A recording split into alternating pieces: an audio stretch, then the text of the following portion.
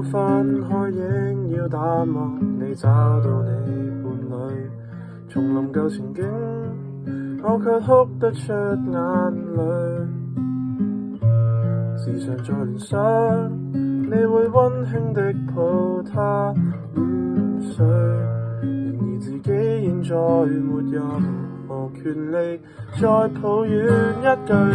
我再沒勇氣向你講舊事，沒有勇氣相愛另一次，為你將睡眠忘記，通宵傾談，但已經變成往事，還是記起無道理的對罵是年紀小的不知，今天未能忘記，只得我懷念，多麼諷刺。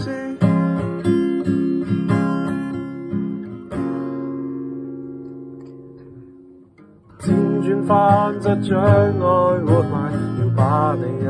象減退，仲係舊人物，我卻開心得太恐懼。年事流逝，我也相識一個成長伴侶，殘酷或許是對着面形容貌也似你少許，我再沒勇氣向你講舊事，沒有勇氣相愛另一次，為你將睡眠忘記，通宵傾談，但已經變成往事，還是記起無道理的對罵是年紀小的不知，今天未能忘記，只得我懷念，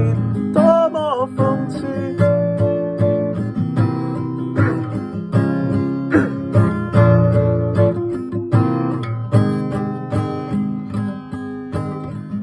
如何逃避這戀愛故事，仍然說得多細緻，重複的震撼如真未停止。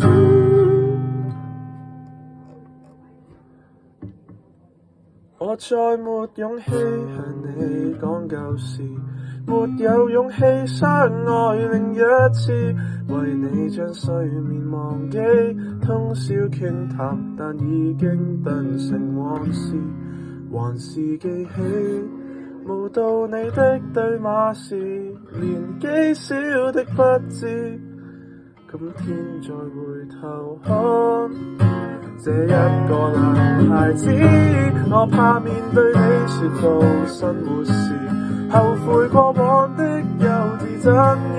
沒你的動人時節，喧嘩歡騰並已經並無意義，閒話到此，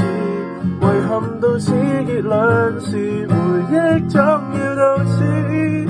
雖則未難忘記，這戀愛遺物總須棄置。